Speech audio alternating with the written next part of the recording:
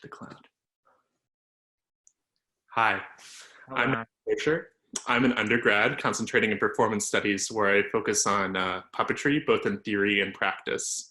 Today, I'm very excited to be here on behalf of Hello, Precarity FML Edition and the Brown Arts Initiative. So a little background on that. As a member of Professor Sydney Skybetter's 2020 course on ethics, entrepreneurship, and curation, I've got this all written down.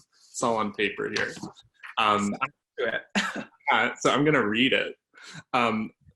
As a member of Professor Sydney Skybetter's 2020 course on ethics, entrepreneurship, and curation, A Producer Prepares, there was going to be a public speaker series entitled Hello, Precarity.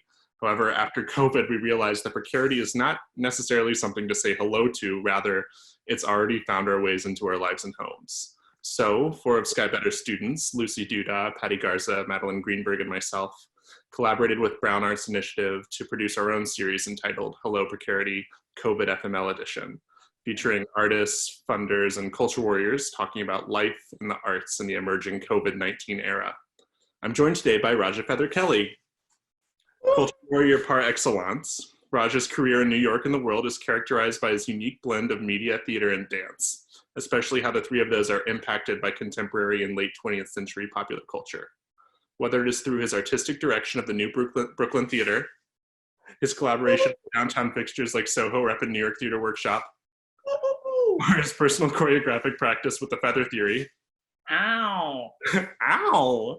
Raja's playfulness, critical intervention, and boundary-defying performances excavate personal identity and cultural context to provoke and encourage empathy. How's that introduction? Not bad, right? I think it was great. Thank you. How's it going, Raja? It is going. I really don't know what to say. I keep telling people that one day at a time has never meant more now to me ever. It means more now than it ever has. Yeah, I feel the same way. I mean, like, I feel like the days are long and the weeks are short, and it's just kind of hard to remember which day of the week it is, but I'm really glad that we were able to set this up. So a little note, before this interview, we asked each other to pick the other's background. And for me, Raja picked a 90s screensaver. So I have the classic Windows pipes. And what did I pick for you, Raja? You said the most 1988 background possible. I love it. That's aerobics or like... Yes, it's the 1988 Olympics women gymnastics team. Fierce. Phenomenal. I also wanted to thank you. This was going to be a little bit shorter, but you asked to meet a half hour earlier so we could get through more questions. So thank you for that. Yeah, I just don't, everyone's at home. I didn't want to feel rushed. I also have a thing later, and I didn't want to feel rushed to get to that either. Sure. I'm pausing the video on my virtual background, so that's not what people are watching the entire time. Fantastic. Cool. So I wanted to start out by asking you, who is Andy Warhol? And why do we need him right now? Who is Andy Warhol and why do we need him right now? There's so many different ways I can answer this question. Yeah. The first smart-ass version is like, if you don't know, Google him. And I'm not the person to decide why we need him or not. And I don't think we do. We don't even have him. But we should, I think, we should be able to acknowledge who he is, because I think even what we're doing right now in a lot of ways, having this interview, choosing our backgrounds, putting ourselves into this little frame and exchanging cultural information between each other has been evolving ever since his reign as a visual artist, a producer, a filmmaker, and designer since the 70s and certainly into the 80s, 60s, 70s, 80s. Mm-hmm. Yeah. I guess, I know that Andy has been very critical to your artistic development. If you want to give us a little context on that, maybe a better question rather than who is Andy Warhol, what is Andy Warhol, or why is Andy Warhol?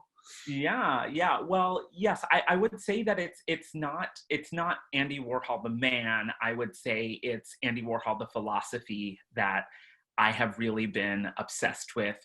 And I believe it stemmed from my relationship to Benjamin Franklin in college. I was an English major and I had to read, I believe it was Benjamin Franklin's biography. It was like The Self-Made Man. And I was like, well, at the same time, I was also studying, like just looking at visual art. I've always thought of dance as being a visual art as much as it was a performative one. There was this sensation that I always felt like no one is actually going to feel what it is that I feel when I'm dancing. So how do I create something that they can enjoy looking at while I get to enjoy feeling how I want to feel inside my body? And so I began studying and looking more closely at visual art, at which, so is that I could like represent my work in the way that I was feeling on the inside, on the outside. And when I came across Andy Warhol, I just became obsessed because I think he too was this person who was a self-made man who thought about, oh, how can I get the outside to look like what the inside is looking like? I remember a particular quote that excited me that was in, I believe, Andy Warhol's From A to B and Back Again, which is the philosophy of Andy Warhol. And the quote was like, in America, ever since the movies were invented, they tell you what to do and how to do it, how to look like you're doing it, and how to feel like you look like you're doing it. And my obsession became with wondering if that is true or not. I certainly know that I've had an obsession with popular culture, particularly movies as a child. I would sit in front of the TV and just like watch movies and repeat movies back to it. And I thought that like movies, I didn't realize that real people actually created movies. I thought like movies were movies. So through Andy Warhol, I learned like what a celebrity was and like what an actor and then what an actress was. And that became really fascinating to me, that you could sort of create this persona that could change over and over and over. You know, it's funny that you mentioned this like notion of the movies kind of just existing on their own, because that's how I imagine Andy Warhol's art. I went to his retrospective at the Whitney last March, and the most amazing thing that I saw there was some footage of him in his studio actually doing some silk screens, because I could not imagine him as an artist with a process. Right, like actually doing it. Actually getting his hands dirty. And I think it speaks to kind of this notion of verisimilitude and authenticity that is just all over his philosophy. And like, is it really, do you think the authenticity is necessary, or do you think it's just showing that there is at least a notion of authenticity? I think my thinking behind that is that that probably should be a part of the lifeblood of the work. I don't know if it has to matter, but I do think that it is inherent in what you're making and how you're making it. And that if you're someone who's invested in learning about the how of what someone makes, then you'll probably come close to understanding what is and what is not authentic about what they're doing. You know, I'm a dance theater media maker, and one of our principles is honest reactions to imaginary situations. So, you know, we're very much dealing with like, you know, falseness and lies and pretend as much as we're dealing with, you know, truth and honesty and integrity. So, you know, in that way, neither holds more clout than the other or more importance. I was hoping you could help walk me through this sort of like notion of making the inside look like the outside. Maybe we could go through one of your pieces, perhaps your upcoming piece Wednesday, and we can talk about your like archaeology of pop culture and maybe your like artistic process a little bit, and how you mind that balance between being a dance theater media artist. And I love the multi-hyphenates. I think that's phenomenal. I think it's just true. I'm not sure. Yeah, what do you mean you love the multi-hyphenates? Can we talk about that for a moment? Sure. I just think you know, personally, I'm so quick to throw myself in as just like, oh, I'm a puppeteer. I like to play with material. I like to like grab a pencil and ask, is this a puppet? And that is the way through which I interpret any of like my artistic like contributions to the field. Like if I'm an actor, I'm imagining my own body as a puppet. If I'm a director, I'm imagining the people who I'm working with as like the materials that I'm using to create art.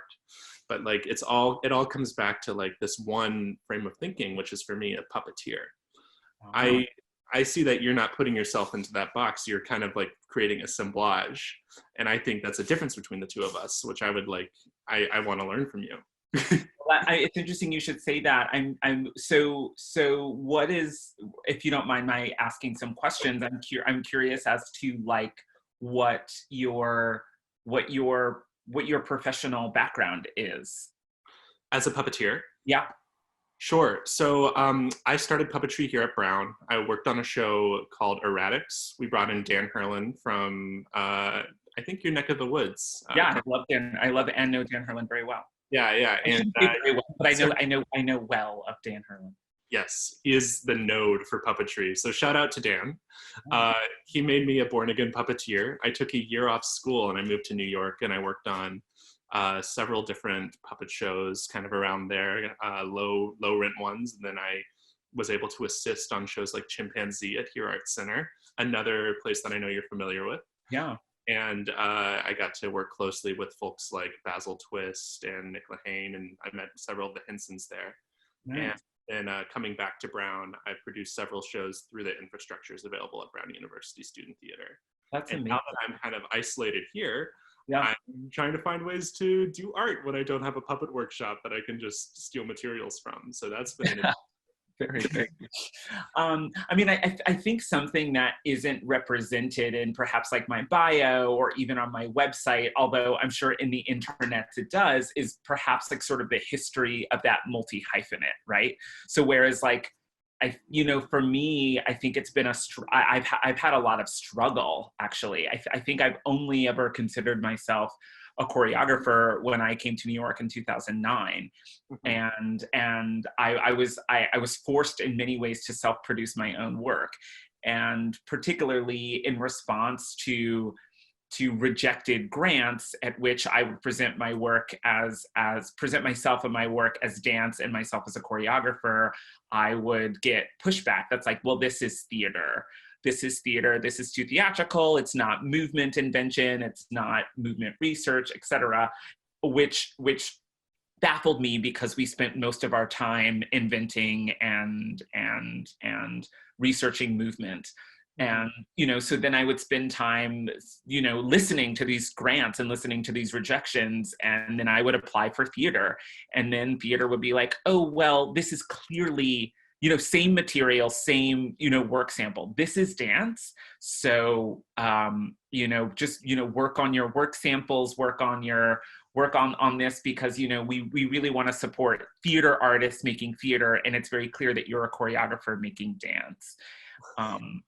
So then taking that feedback, I'm like, okay, I need to like really work on creating incredible like work samples that show both the theatricality of what I'm making, but also the invention of movement, right? And then I would apply for things and they'd be like, well, this just seems like you made a really cool video. Like, so there's this thing where and this is again, another pillar of my work, which is a question of, do we make culture or does culture make us? I think there's something to my being a multi-hyphenate that is something that I have both accepted as much as something that I both, like my work has never changed, from the day that I started making it to now in respect to how I identify as it, but there is a relationship to knowing how people will receive it. And so by saying like, this is dance theater media, it sort of allows a context at which someone to look at to say like, oh, I can enter this from where what I think makes most sense to me and how I see Raja and the work of the feather theory. And then it becomes sort of more accepted in that way. So I embrace the multi-hyphenate. And then I'm also like, that was something that was both given and bestowed to me as much as it was an essential part of the work that I make. Yeah, I think it's actually another way of making the outside, which is like the package, look like the inside. Yeah. Exactly. So I only ask, my questions about asking you about, your professional credits was just to say, I think at some point you might call yourself a puppeteer and then you start applying for grants and they're like, this isn't puppetry, this is stage magic. I don't know, they'll call it whatever they want to call it. And then you have to sort of start dealing with if you want to like accept that or fight against it. It certainly took me 10 years to like finally understand grant processes and grant language enough to talk about my work. There's a difference with the way that I would talk about my work in a grant versus the way I talk about it in the studio, and probably some overlap and differences from the way that I talk about it with you. Yeah, let's actually talk about money right now, because money is so weird, especially in this moment. And I know it's tacky to talk about finances, but Why is it tacky to talk about finances? That's just something my mom used to say. I grew up in Alabama. I'm wondering, you've been awarded grants, you've been awarded residencies, you've worked on commission, you've done countless freelance contracts. You've also produced your own work through like Kickstarter and New Brooklyn and the Feather Theory. You've worked in the nonprofit world, you've worked in the commercial theater, you've worked in the academy, you're here with me today. You've been everywhere and had a taste of just about everything. Which of these like money-making strategies has been the most effective for you financially and creatively? And where do you see the money coming from in this COVID-19 era? I would not call any of them a strategy, I would say, firstly. Well, what would you call it? I mean, I think that's what the art world is. Mm-hmm. As an artist, that's what the art world is. I'm sometimes a teacher, I'm sometimes an educator, I'm a mentor, I'm a mentee, I'm a choreographer, I'm a director, I'm generative, I'm responsive, and my field is the landscape at which people want to interact with or create obstacles for artists. And all of the places that you mention is the course. So for me, I do want to respect that. I do think that for some folks it is a strategy. Some folks are like, oh, I'm going to go teach at a university and that's going to be my main bread and butter. And then I'm going to like go out and like then do my creative stuff. I think I've tried my hardest, and I still try. If there's any strategy anywhere, it's in sort of not giving over to a specific hierarchy. And we'll see what that does now. I mean, right in this moment today, I'm like, wow, maybe if I had gotten my doctorates or something and dance, I would be at a university and probably would be less worried about where my money is coming from and more worried about getting, understanding the webinar feature on Zoom. Yeah, I'd be interviewing Sydney Skybetter for your Hello Precarity series. Exactly. So, so there's that, right? But then there's also a bit of ability to be able to navigate through all of these spaces, the freelance market, the academic, slides, the divisive downtown. And that's all really exciting to me. And I think it forces me in an exciting way to flex my creativity. I don't believe that all of these landscapes speak the same language. And that's sort of like, reasons why I've never gone to grad school is because I think the experience that I'm getting out here, both luckily and also because I look for them, give me a kind of malleability, a kind of understanding, a kind of like muscle that I don't think you can get anywhere else. So that is exciting. And then just to narrow that down into money, I think again to talk about like money and then like the strategy, because I'm that's somehow pinging me. I think it's about how you line those up. Like I have an agent, right? But my agent won't work for me in respect to my company. He'll just work for me as sort of a solo choreographer, sort of like a commissioned like a commercial choreographer. So then how I navigate that with time versus teaching time versus I don't know, what else do I spend time on, like lecture time. that becomes a strategy. Like you become the strategy is about time. And as a choreographer and director, I think that's your secret magic is to be a maker of time, a time bender. And so yeah.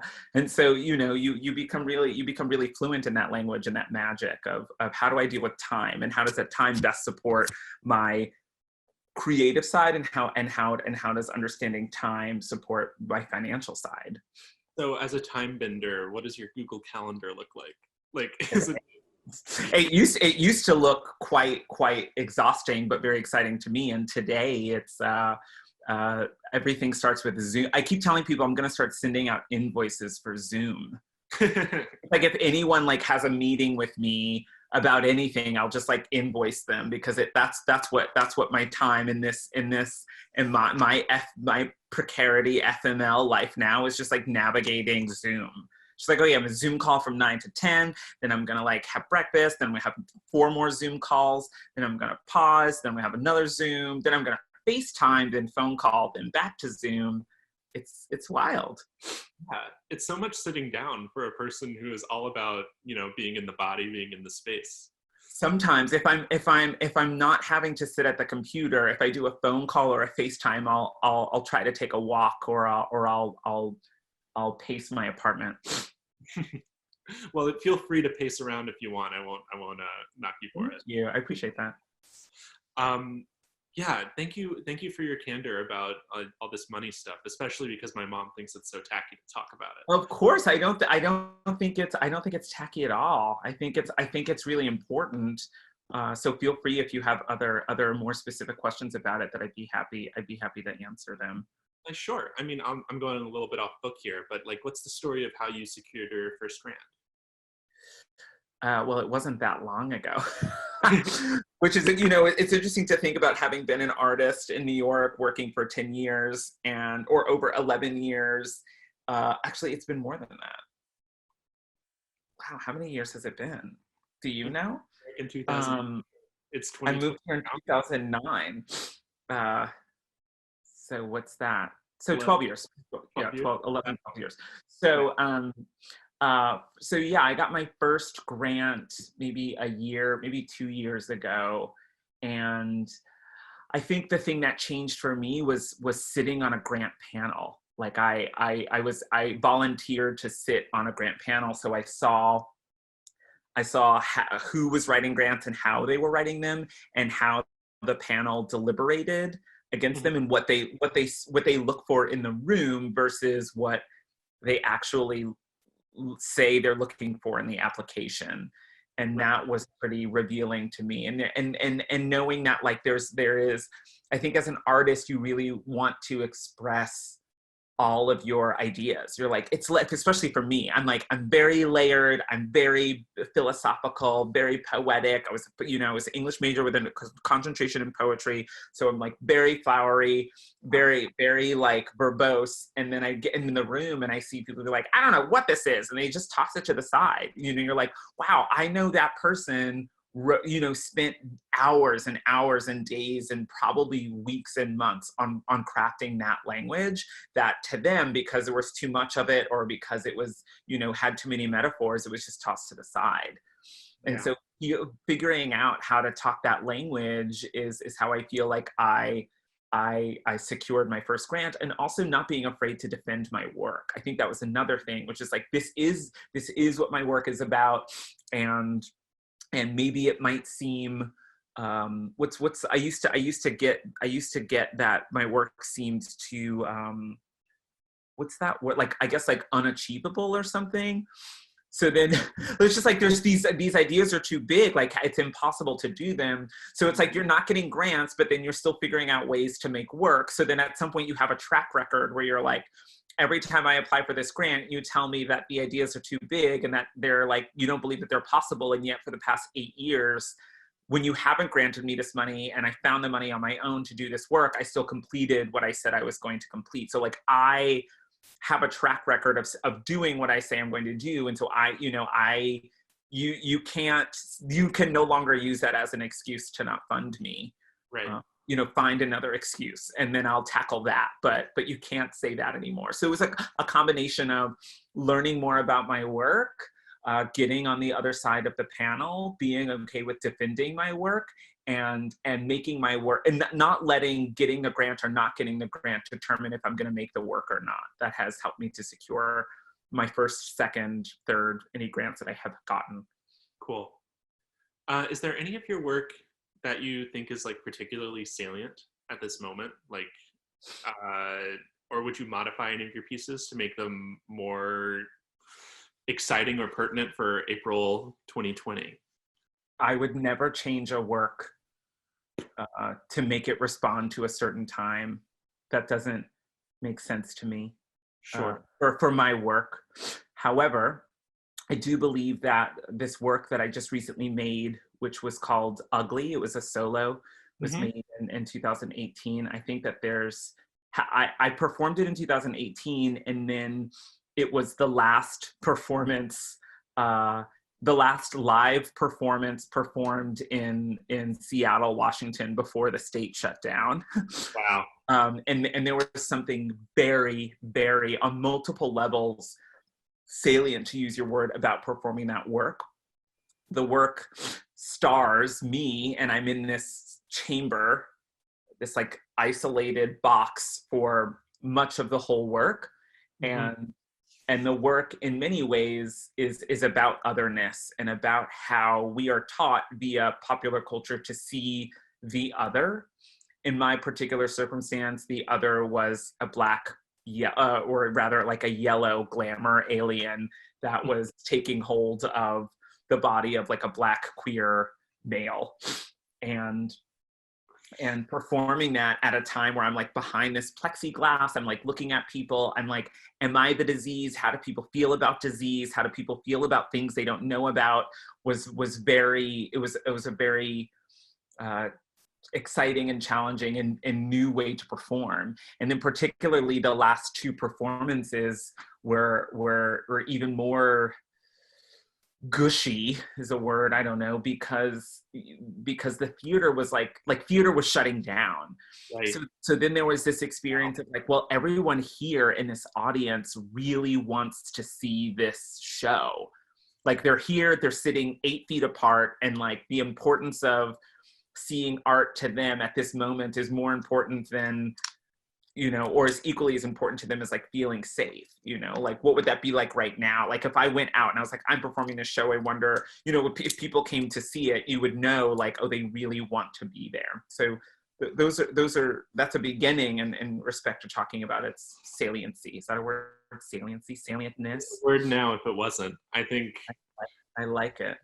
I'm curious about what you said before about how you would never change any of your works. When do you decide when a work is done? When we perform it. Simple answer. So like, I mean, like for instance, like, Ugly has toured, and like you kind of have it's kind of set in stone by that first performance, which was at Bushwick Star. That was the first performance of Ugly, right?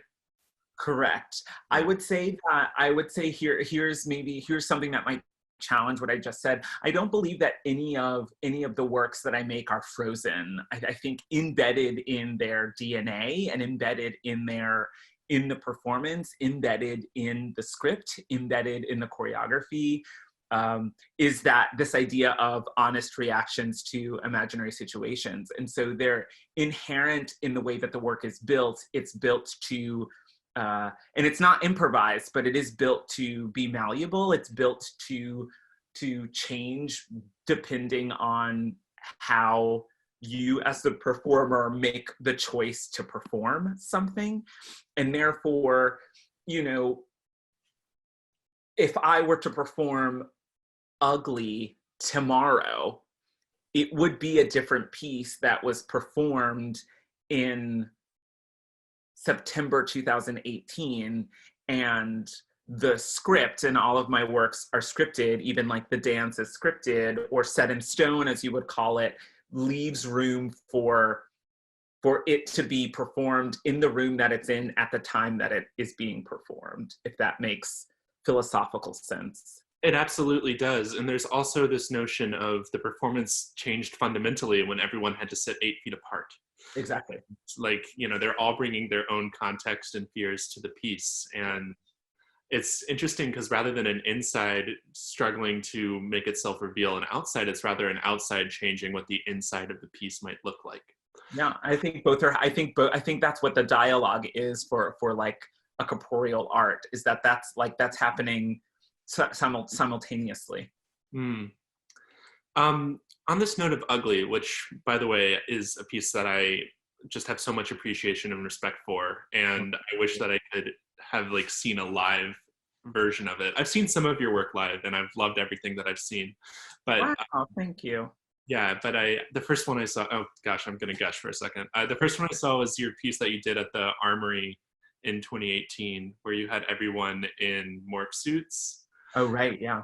Yeah, that like I didn't know who you were, and it just like blew my mind. I was Wow, that was an excerpt of a piece called "The Love Episode." Well, as soon as I saw that, you've been on my radar. Oh, wow. Yeah, which is a huge compliment to be on Nat Sorscher's radar, Brown undergrad. I'll take it. I'll take it. But yeah, I do want to talk about ugly for a second, especially kind of in this vein of like the context around the show changing what the show is. We kind of are in this moment where a lot of performance and nightlife and everything is kind of imploding. And it's no mystery anymore that like the performance world, especially in New York, is kind of being rocked irrevocably by COVID. Like theaters are closing to never open again. Like I just heard about UCB, which is so sad. Like, what are your thoughts on sort of like the reactions that theaters and performance companies have had to this crisis? And as a artistic director for New Brooklyn and a leader in the Feather Theory, and I'm going to avoid using the word strategies because I don't think it's especially pertinent, but like what's been on your mind in terms of like keeping your company and the people within your company afloat?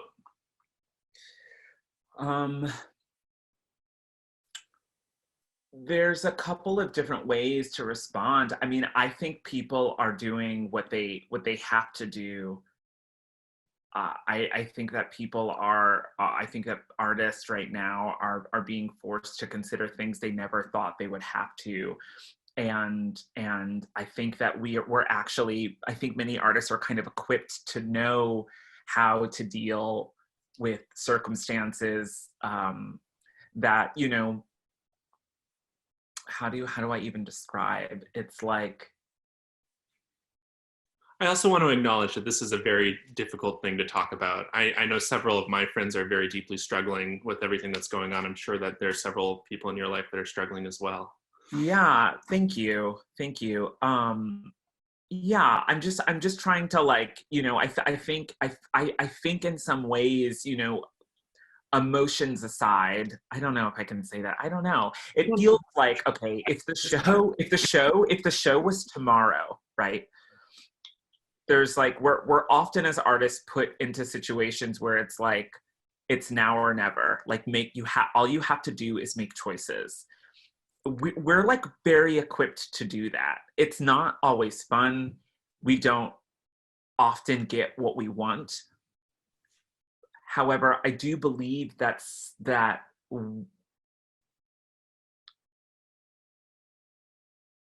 choices that we intend to make intend to be the best choices that are possible. I think we're really good at fishing out the best case scenario out of the worst case proposition, right? I can remember, you know, being at the stage of like a performance where they're like, there's no more money, or like, we said we could do this and we can't, or like, you know, 3 people have broken their legs and the show is tomorrow, you know, and you're like, okay, like this is the worst possible situation, scenario, proposition. What are the best choices? Like, this is when our creative muscles really get flexed, and we are often in this position. It's not always a pandemic, but it is always dire. Like I imagine that internally, like if we were to do a brain scan, the moment of making a decision, perhaps for like the folks at UCB that you've explained, or, you know, myself with my work, is like, okay, like what can we do? what are the choices that are available to me? How quickly can I weigh them out? And it is my job to decide what the best case is. And that might not please everybody, and that might change again, but I'm equipped. We are, as artists, equipped to make those kinds of choices. And I feel that everyone is doing that now.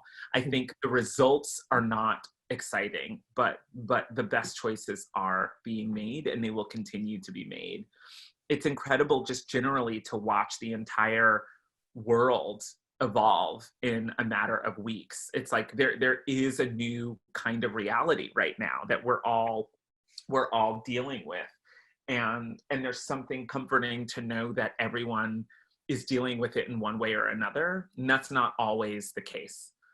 There's something about that, I think, for me, that's comforting, although like I'm certainly not living a lifestyle that I enjoy. I don't enjoy like getting up and having nothing to do. I don't enjoy not being able to work. I don't enjoy not having money. I don't enjoy, not being able to offer people things. I think becoming an artistic director of a company, and a company that's not like a pickup company, is like, I have 25 people who work for me who count on me to keep them artistically satiated. And I'm still on a day-to-day basis trying to figure out what that means for them. And I can't even figure out what that means for myself. That is so real. Yeah. Yeah. Do you think these choices are like these things that are on all these artists' minds? Do you think like we're in a survival mode? Do you think we're in like a stasis mode? Like, I don't think that we've gotten to that point yet, honestly. I think that we are, not everybody, not collectively. I think that we're still, I don't know what the stages are, but we're still, I think, in the early stage. I still think we're doing too much. I still think we're like understanding. I think we're like in a little bit of delusion that like, it's all just going to be fine. Yeah. And I'm like, I don't know if the impact, right? Like, I don't know where it started. Like, if we think about the butterfly effect, or we think about like a pebble going into water, I'm not sure where that started, but wherever that ripple is going to hit us, I don't think we've actually felt. I just think we can see the ripple coming towards us, and we can imagine what it's going to be. And so we're like we're in like, and this is again what we're good at. So some results of how we are making choices around imagining how this ripple will wave through us is useful, while some of it is like we won't actually know until we feel it. Yeah. And again, this is all just akin to a creative process. It's like, it's like, when we get in tech, we'll fix it when we get in tech. We'll fix it when we get in tech. Or like, we'll just have to wait until previews. We'll have to wait until previews. And like, so we're actually like still in the creative process. Like, we're still in the generative process we're still in the divisive, not even general, we're still in the divisive process of like, what is this play called COVID-19 that we've all been cast in? Like, what is it? There's going to be so many plays about COVID. I can't wait. I hope not. Oh man, there will be. There's going to be so many bad plays about COVID. I hope not. Oh, it would, yeah, I think that would be very problematic if that came to be.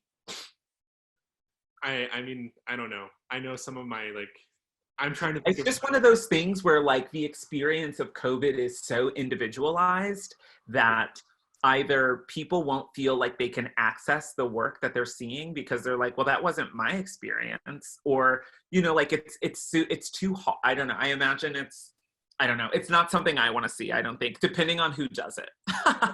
Yeah, absolutely. I don't think I really want to see it either, but like I kind of anticipate it.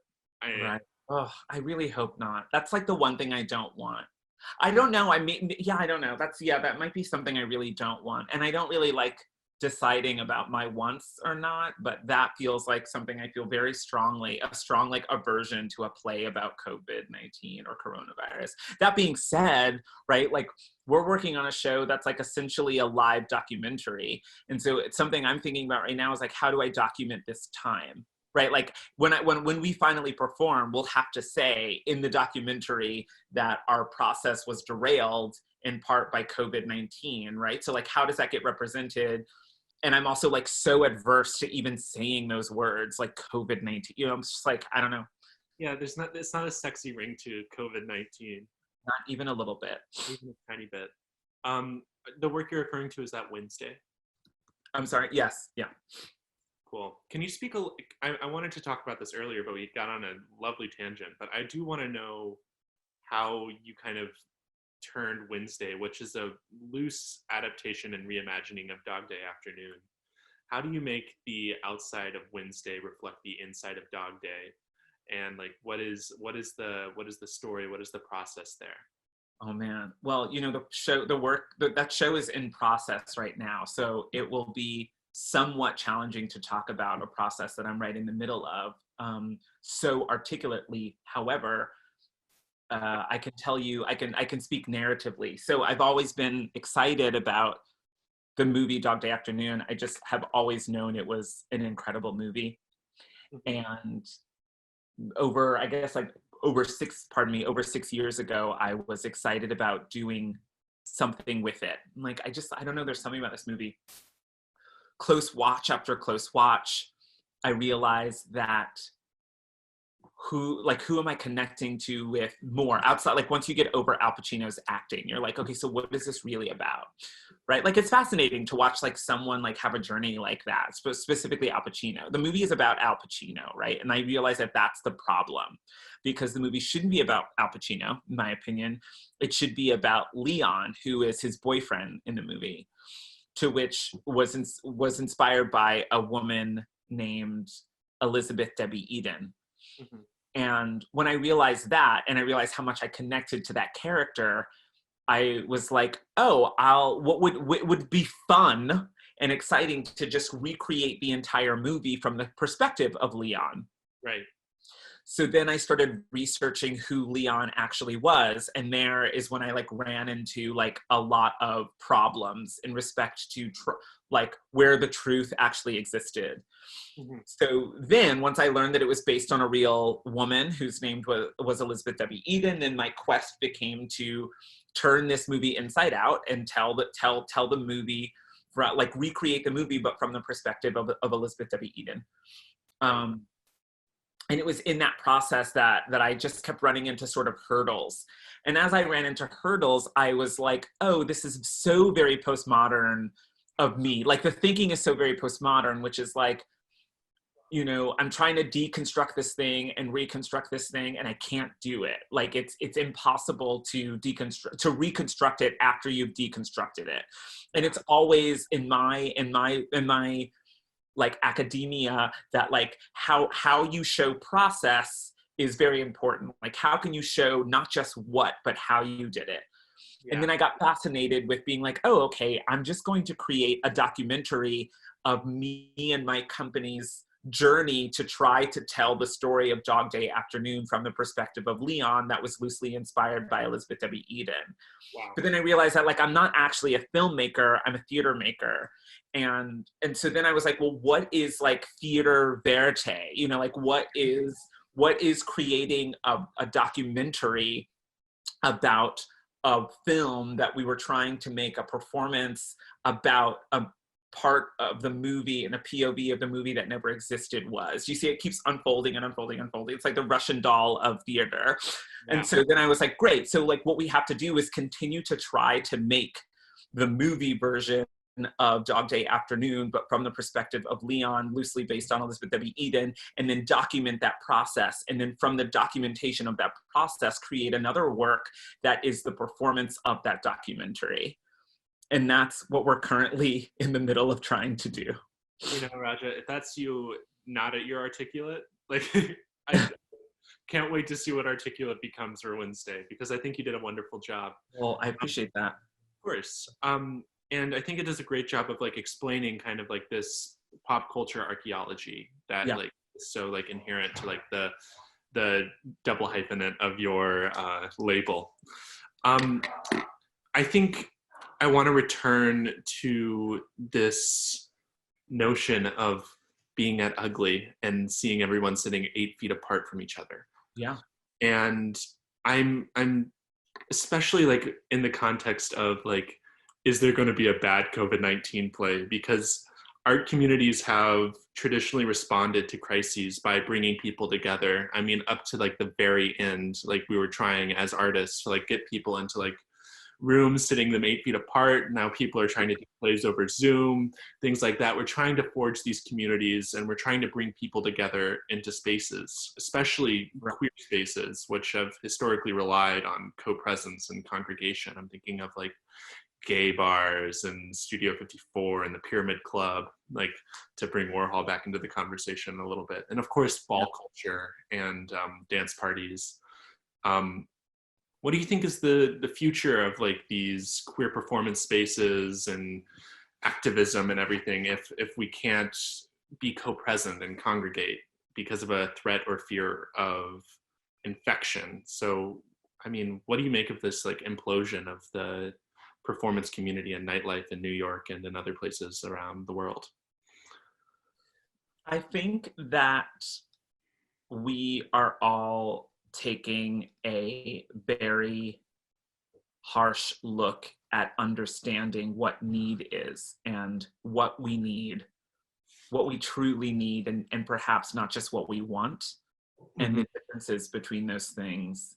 And I think it can be easy, especially in such a wild place as New York City, to get a lot of what you want, and by mere like indulgence in what you want, you believe that it's replacing the thing that you need. And I think now what's happening, at least for me and my peers, and perhaps I'm projecting and also judging and deciding for people, that we are now being like, okay, what is it that is missing, and what is it that I need from these spaces, from these people, and also what is it that I have to offer these spaces and or people? Like, what is the essence of that? And I think by like getting to that place and to that understanding, we might be able to, in our efforts to satiate that need and deliver that need, we'll be able to rebuild. And that's like, and I don't know, I can't say of like what that's going to look like, but I certainly think, you know, if we can like shift our world so easily to like respond to it now, shifting forward from this, right? Like it won't be shifting back, but shifting forward from this will be just as, you know, fulfilling, and just as, I don't know if fast is the right word, but just as,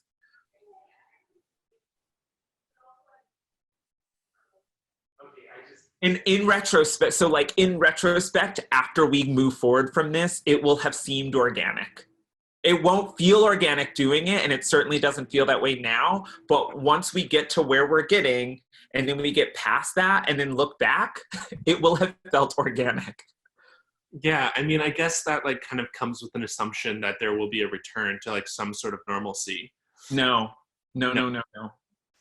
I mean, good, because I was about to press. There's no returning. I firmly believe in that. There's nothing about returning. There's nothing about going back. There's nothing about like looking back that will appear as we move forward. So you see it almost as like an evolutionary moment where we're exactly. Like, we're mutating to figure out what comes next. Exactly. Cool. Any sense of what those mutations might look like, or do you think is impossible to say?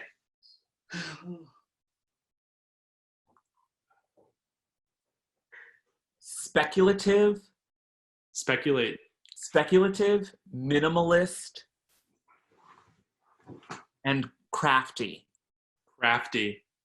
Those are my 3 words for what it will be. There will be more speculative art. Mm-hmm. There will be more minimalist art, and there will be more crafty art. And we will remember that like we are like cobblers and blacksmiths and bread makers. You know, like we'll remember that's like that is like we're artisans, not just artists. And so, you know, like having a pencil and a glass and like wind will mean much more to us than it does now. Yeah. I mean, like, yes, I think as a puppeteer, I'm separated from my building materials right now. I'm just like, I'm trying to build with exactly what I have, which is not very much at this present moment. But I think there is like a sense of like returning to like the coarseness of theater and of performance and of togetherness as well. I need to get my computer cord so that my computer doesn't die. Yeah, let's take a two. Pause. Pause. Note to editor, pause, skip.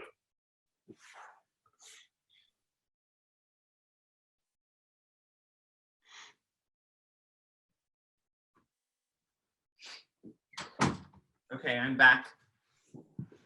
Welcome back. How was your time apart? Someone made coffee.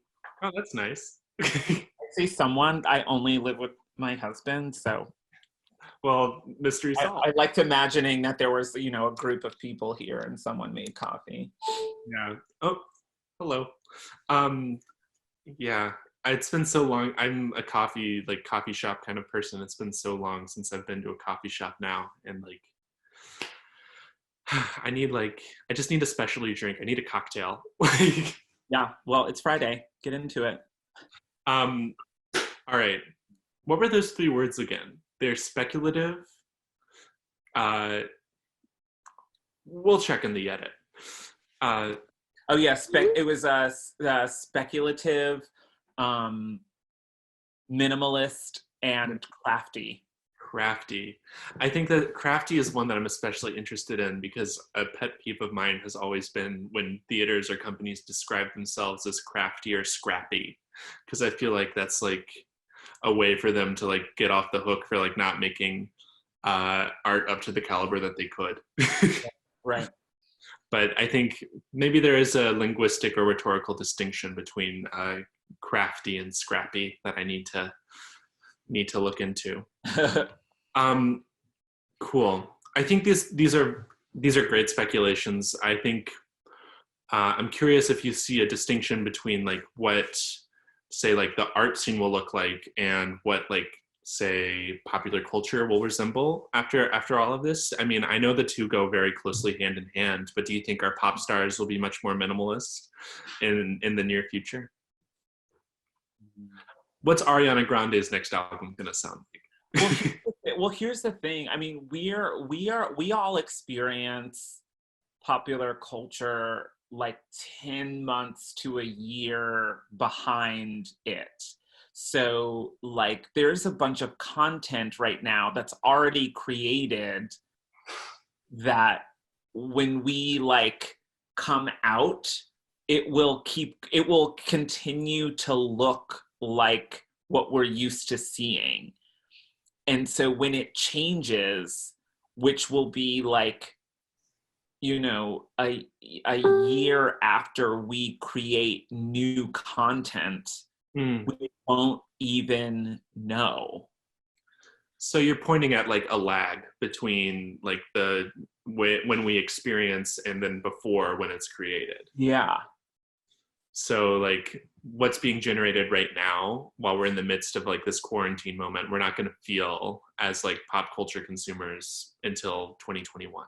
Right, because like just think about it right now, like TV, I mean, I don't have TV, but like I watch online and it's already changed, right? Like it's already like 90 Day Fiancé quarantine edition, right? So like language has already shifted and it's shifting to like so that it can reflect how we feel back to it, right? Like Fiona Apple released her album, she's been in quarantine for 8 years. Like, you know, like it's already all of the content has already shifted.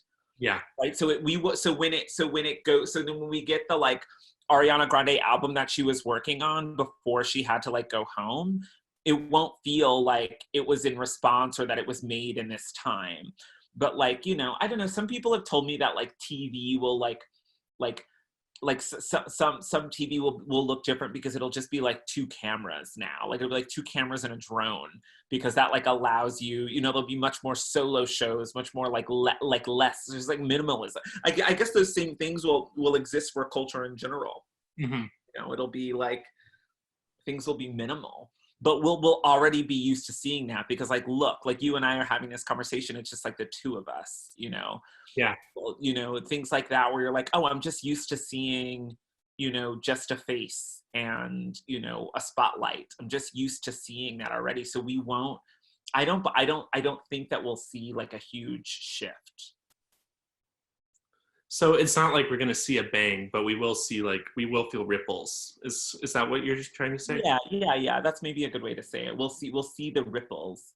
And because they'll like intersect with each other, like the crossfade of what's happening and what will happen, or rather what I'm saying is that it will create a crossfade, because we'll get content from before, and we'll already have content from now, and then we're already making content for the future that like it's all layered and overlapped.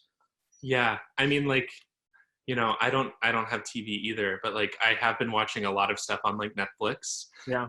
And like I see something like Too Hot to Handle, which is like the new Finished it. great show, like a wonderful reality TV, but like they're all like together hanging out, and I'm like, what are you doing? Yeah. Already you're like, no, don't touch. Yeah. Don't touch. Like, and it's because like I think it's another example of like this conversation that you're getting at between outside and inside, of audience context and and the performer's context, for want of a better word, kind of clashing and communicating. Absolutely. So quickly now, you know, right now I'm located in the mountains in North Carolina. And like, even like when I go on walks, like around my community, like people are already so adherent to like 6 feet of social distance, even in like, you know, like beatific Asheville, like where everyone's like kind and smiling at each other. There's still like a distance that's already developed there. Yeah. And to kind of not see that reflected in TV is bizarre. And to see it reflected in pop culture is equally bizarre. Right. I wanted to ask you a question, if that's okay. Can I ask you a question? You've been asking me questions since, you know, 3 o'clock. Oh, good. Well, here's another one. So you graduated from college in the class of 2009, and so you came of age in the midst of a slightly different global crisis, the Great Recession. Have you ever heard of it? What advice would you have given to yourself as a pre-graduate in like 2009? And is that the same advice that you would give to somebody graduating like me in the class of 2020? Oh my. I'm like, I can be so against advice, because like then I'm like, what if you come back to me, you're like, you told me, I took your advice, and now my life, you know, like, I don't know, but the world changes just so quickly. Like, I believe that like popular culture is on like a 10-day cycle, right? So I'm just like, anything that happens in popular culture will change in 10 days. I wonder how I feel about like what the cycle of like life is. I guess it's 7 years if I just like go by, or 8 if I go by numerology, 7 if I go by just like I guess like zodiac. So I'm curious as to like how to give advice that could like last a cycle or two, so that I last at least 3 cycles. Yeah, I mean, without falling into just like a cliche, like believe in yourself or something. Right, exactly. Don't believe in anything you have. You can't believe in yourself if you don't know yourself, and you don't know yourself. Of course not. Get friends.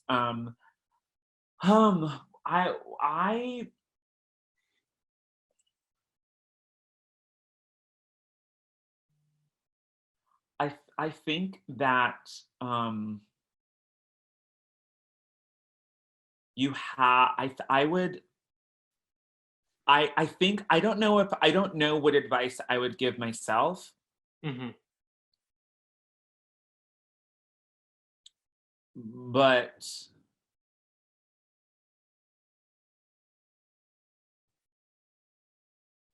But something that I think I realized in retrospect was that having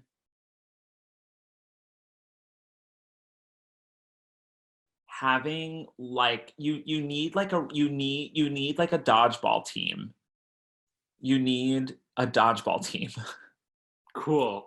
So I imagine that's a metaphor. You need a dodgeball team. Pick your dodgeball team. Cool. Do And you just know that, like, and you pick your dodgeball team, and like, just know that, like, every year you can pick 2 new alternates. Cool. A dodgeball team. I love that. Yeah. I wonder, like, if you had to, like, how many people constitute a dodgeball team? Like, I'm gonna Google it. I'm gonna Google it because I feel like there's probably how many people.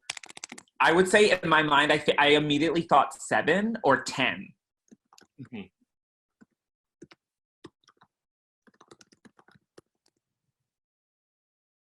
8. 8, right in the middle, butter zone. I love that. Teams can have more than 8 players. The team can start with a maximum of 8 people. 1 woman minimum. This is terrible.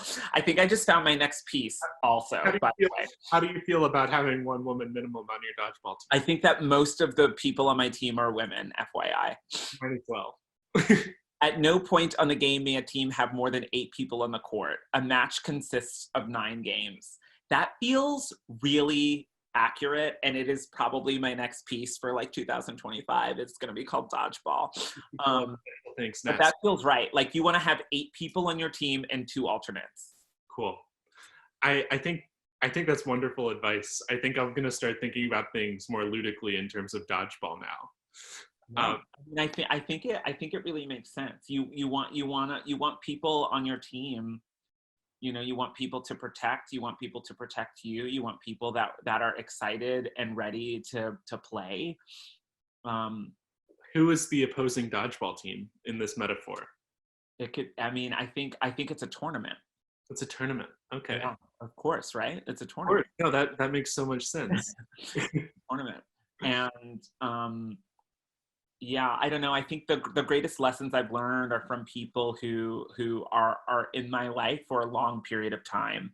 Mm-hmm. So, you know, I think about my best friend and the best man at my wedding, and her name is Laura, and we went to school together, and we studied abroad together. We like tried to leave each other abroad. Like, we went through some terrible fights and have gone through a lot together. We were not friends for a while, and I really respect, and she's probably the person that I've collaborated with. She is the person that I've collaborated with the most in my work.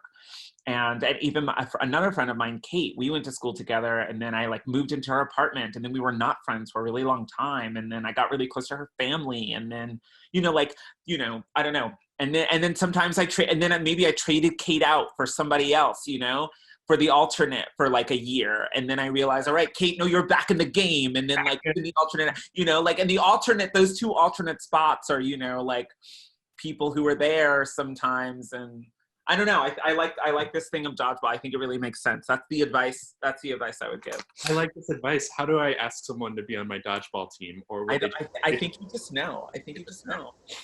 I think you're right. Okay. I've got one last question. Sure. First, I just wanted to say that it's really been a pleasure to talk to you, and I really appreciate your time and your thoughtfulness. And while we're still recording, I want to throw a thanks out to Sydney for all of his organizational and developmental guidance and participation in Hello Precarity, COVID-FML Edition, and of course, big thank you to Brown Arts Initiative for hosting and funding these conversations. Thanks. But a last question to you. Is there any art on your radar that you feel like needs a plug right now? And is there any of your own work that you want to plug?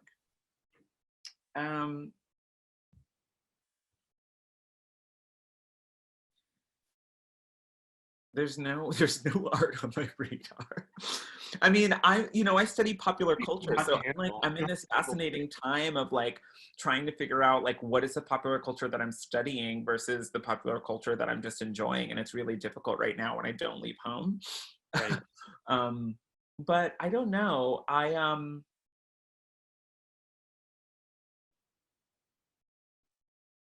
I think people should read poetry right now. That's the art that's on my radar. People should read poetry. And Peter Brook, The Empty Space.